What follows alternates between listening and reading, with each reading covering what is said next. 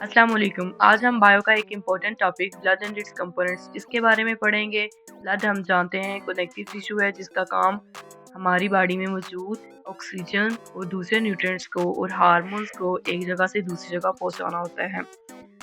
हम third chapter start करने जा रहे हैं जिसका नेम है ब्लड सर्कुलेटरी सिस्टम।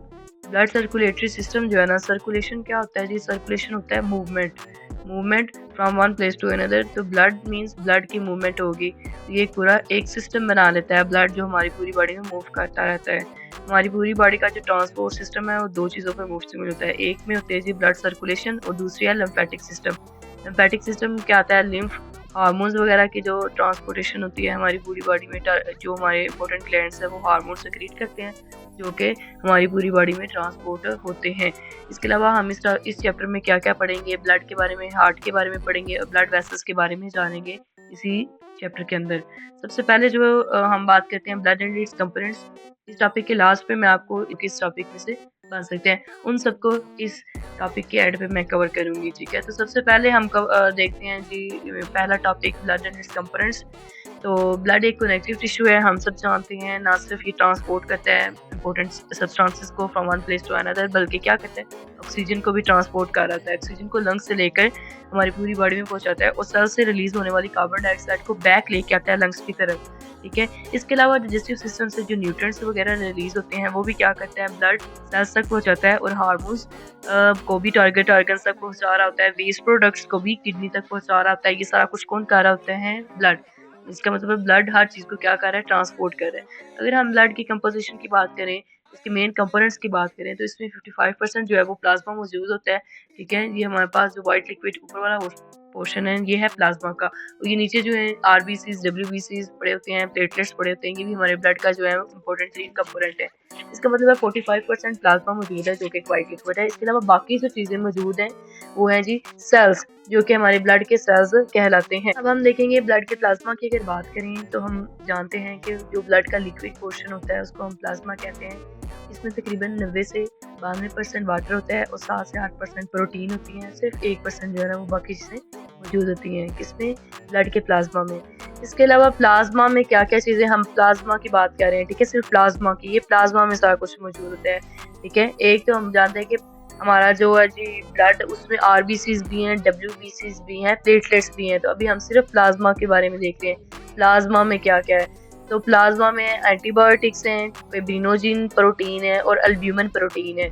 अगर हम एंटीबायोटिक्स की बात करें तो हम जानते हैं एंटीबायोटिक्स हमारा जो ब्लड है उस पर डिफेंसिव काम करते हैं, डिफेंस सिस्टम का काम करते हैं। जो भी अगर एंटीबायोटिक्स मौजूद होंगी ब्लड में, कोई भी अगर पैथोजन एंटर होगा तो उसको फ़ौरन से उस पर अटैक करके तो हमारा इम्यून सिस्टम को एक्टिव करेंगी और हमें बचा के रखेंगी। इसके अलावा फिब्रिनोजिन की अगर हम बात करें, फिब्रिनोजिन भी एक प्रोटीन है जो कि ब्लड में क्लॉटिंग का काम करती है, ठीक है। क्लॉटिंग में मदद करती है। अगर कोई जख्म वगैरह लग जाता है, ठीक है, या खून बहना शुरू हो जाता है और रुक ही नहीं रहा, वहाँ पे फिब्रिनोजिन जो है ना मौजूद होती है जो कि इसको रुकवाती है, जो कि क्लॉट बनाती है ब्लड का।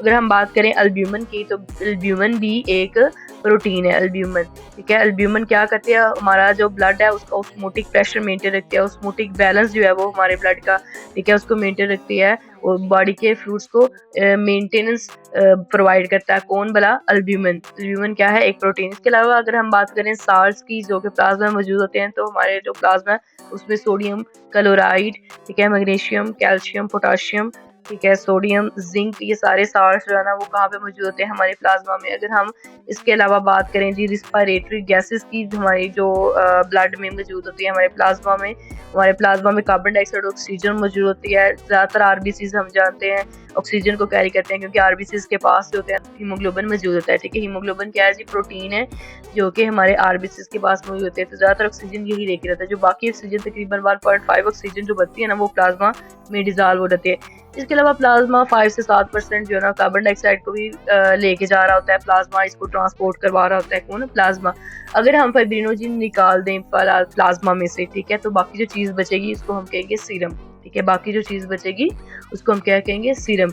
अगर हम न्यूट्रिएंट्स और वेस्ट प्रोडक्ट्स की बात करें जो कि प्लाज्मा जिनको ट्रांसपोर्ट कर रहा होता है, तो हमारे ग्लूकोज, लिपिड्स और अमाइनो एसिड जैसे न्यूट्रिएंट्स मौजूद होते हैं, ठीक है। जो ये हमारे डाइजेस्टिव सिस्टम के जरिए हमारे ब्लड में एंटर होते हैं, ठीक है।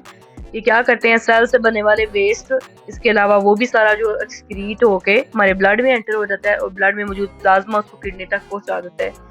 इसके अलावा बेटा हार्मोन्स जो रिलीज हो रहे होते हैं एंडोक्राइन ग्लैंड से, वो भी ब्लड के प्लाज्मा के जरिए ही ट्रांसपोर्ट होते हैं एक जगह से दूसरी जगह। अब हम देखेंगे इस टॉपिक में मौजूद इम्पोर्टेंट शॉर्ट क्वेश्चंस जो कि इसी टॉपिक के शॉर्ट क्वेश्चन है। तो सबसे पहला short question, what are the two main functions. ठीक है, फंक्शंस बताने हैं ब्लड के। तो फर्स्ट में हमने फंक्शंस ही पढ़े हैं, ट्रांसपोर्ट करना ऑक्सीजन को, न्यूट्रिएंट्स वगैरह को, यही इसका आंसर है। इसके अलावा हमने दो कंपोनेंट्स बनाने हैं ब्लड के। ठीक है, what is the percentage of blood in the plasma. ठीक है, प्लाज्मा की क्या परसेंटेज होती है ब्लड में। ठीक है, नॉर्मल जो हमारा volume of blood in human adult में कितना होता है, तो हम जानते हैं 5 लीटर्स होते हैं ना ह्यूमन अडल्ट में ब्लड मौजूद होता है। इसके अलावा नेक्स्ट शॉर्ट क्वेश्चन जो बन रहा है, what is the major component of the plasma. Plasma के मेजर कंपोनेंट्स कौन से हैं, वो भी हम इसी टॉपिक में हमने कवर किया है। इसके अलावा जी नेक्स्ट शॉर्ट क्वेश्चन बन रहा है, differentiate between plasma and serum. ठीक है, प्लाज्मा और सीरम के बारे में हमने डिफरेंस बताना है। तो प्लाज्मा में से अगर फाइब्रिनोजन निकाल जाए तो सीरम बन जाता है, उसको हम सीरम कहते हैं, वो भी हमने इसी टॉपिक में पढ़ा है। ठीक है, आगे नेक्स्ट टू मेन का साल्ट्स जो है ना वो बताने हैं, साल्ट्स कोई भी, तो वो भी हमने अभी अभी पढ़ा है यहाँ पे, कॉपर, मैग्नीशियम। ठीक है, ये सारे साल्ट्स मौजूद होते हैं। इसके अलावा नेक्स्ट शॉर्ट क्वेश्चन है, how are the gases transport in the plasma. ठीक है, गैसेस ट्रांसपोर्ट, ये वाला शॉर्ट क्वेश्चन भी बन सकता है। What is the role of fibrinogen, ये वाला शॉर्ट क्वेश्चन भी इस टॉपिक में से आ सकता है। वो what carries most of oxygen in the blood. ठीक है, तो हमें पता है आरबीसीज जो है ना वो ज्यादातर ऑक्सीजन को कैरी करते हैं, ये भी इस टॉपिक का ही हिस्सा है। ठीक है जी, इस चैनल को जरूर सब्सक्राइब कर दीजिएगा, ये आपका प्यार होता है, मोहब्बत होती है। ठीक है जी, अल्लाह हाफिज, दुआ में याद रखिएगा।